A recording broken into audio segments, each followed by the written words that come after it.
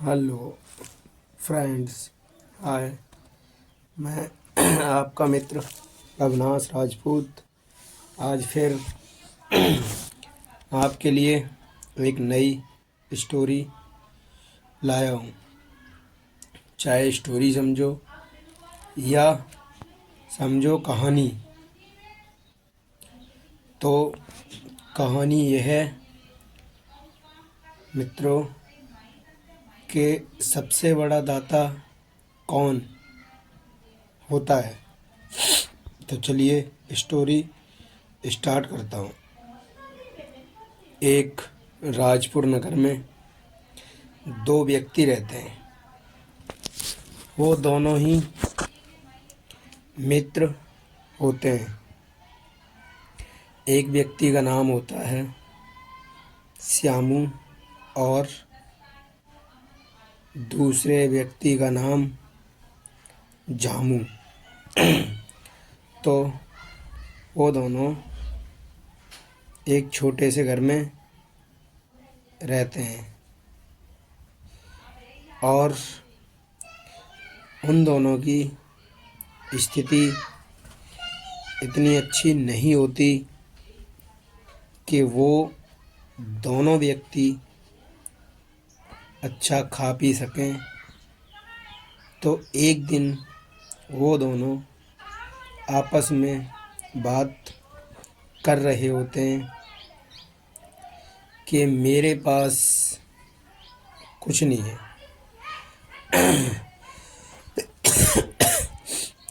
तो झामू कहता है, मित्रों देखना अब इसमें उसका एक झामू जो मित्र होता है वो कहता है कि यार मित्र, तेरे पास तो कुछ है भी मगर मेरे पास तो कुछ भी नहीं है, खाने तक को नहीं है। जो राजा विक्रम सिंह मुझे दे देते हैं वही खा लेता हूँ, वही मेरे अन्नदाता हैं। तो श्यामू कहता है मेरा भी वही हाल है जो तेरा है। मैं भी भगवान शिव के भरोसे ही हूँ। अगर मुझे भगवान शिव खाने को दे देते हैं, उनकी कृपा हो जाती है तो मैं खा लेता हूँ। ये बात मित्रों, यह बात राजा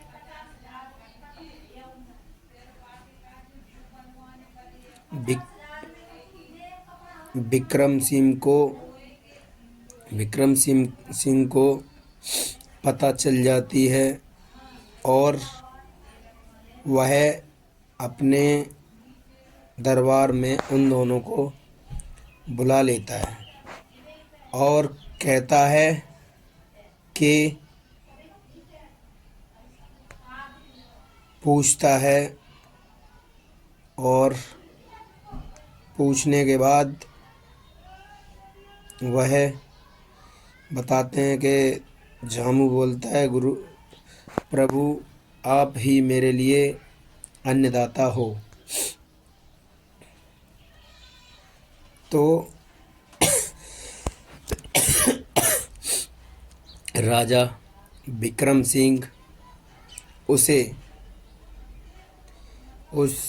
व्यक्ति झामू को एक कद्दू, बड़ा सा गोल सा कद्दू लाकर उसके सामने रखते हैं और उसके बीज निकालकर वह कद्दू उसे दे देते हैं।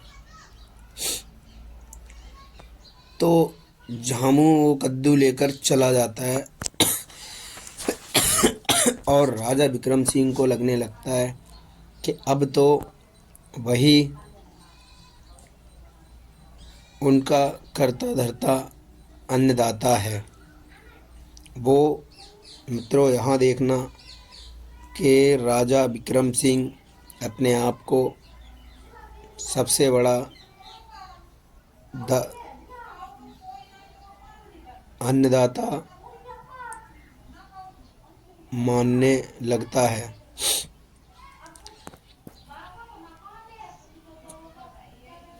तो दोस्तों जामू वो कद्दू मार्केट में बेचने जाता है और उधर से उसका दोस्त जामू का दोस्त श्यामू आ रहा होता है और जामू उस कद्दू को बेचकर आ जाता है। जो 2-4 रुपए में जो भी बिकता है वो बेच देता है। फिर वही कद्दू उसका दोस्त मार्केट में जाकर 6 पैसे में खरीद कर आ जाता है और अपने घर पहुंचता है और कहता है कि आज तो भगवान का शुक्र है जो मुझे खाने को दे दिया। तो वो जैसे ही उस कद्दू को काटता है तो पैसों की बारिश होने लगती है और वह भगवान का शुक्रिया अदा करता है। यह बात भी राजा विक्रम सिंह को पता लग जाती है और फिर से उन दोनों को दरबार में बुलाता है और सारी बात पूछता है। तो उसे श्यामू बताता है कि आपने जो कद्दू इस मेरे मित्र झामू को दिया था वो इस कद्दू को मार्केट में बेच के कुछ खाने का सामान लेकर आया था और वही कद्दू मैं अपने घर बनाने के लिए 2-4 पैसे में ख़रीद कर लाया था। तो मैंने उसे जैसे ही काटा पैसों की बारिश होने लगती है। ये तो भगवान शिव की देन है। तो राजा विक्रम सिंह को यह प्रतीत हो जाता है और यकीन हो जाता है मेरे प्यारे दोस्तों कि वो कोई भी अन्नदाता नहीं है। जो भी करता है वो ऊपर वाला करता है। जैसा भी कर रहा है ऊपर वाला ही कर रहा है। तो वह अपने आप को दाता ना मानते हुए सोच में पड़ जाता है और उन दोनों से क्षमा भी मांगता है और जाने देता है दोनों को। तो मेरे प्यारे मित्रों ये कहानी यहीं ख़त्म होती है।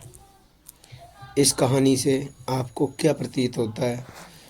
मैं इस कहानी से आपको यही बताना चाहता हूँ कि कोई भी व्यक्ति किसी का अन्नदाता नहीं होता। जो भी करता है वो ऊपर वाला भगवान सबसे बड़ा अन्नदाता है। जो करेगा वही करेगा। किसी के एहसानों के बोझ तले नहीं दबना चाहिए और अपने आप को अपने कर्म के हिसाब से अपना कर्म करते रहना चाहिए। बस मैं आपको यही समझाना चाहता हूँ और मैं मिलता हूँ आपको अगली कहानी में। अगली बार अगर आपको मेरी स्टोरी या कहानी जो भी मान लो अगर पसंद आई हो तो मेरे चैनल को लाइक करना, सब्सक्राइब करना और उसे फॉलो करना। कहानी यहीं ख़त्म होती है। जय हिंद, जय भारत।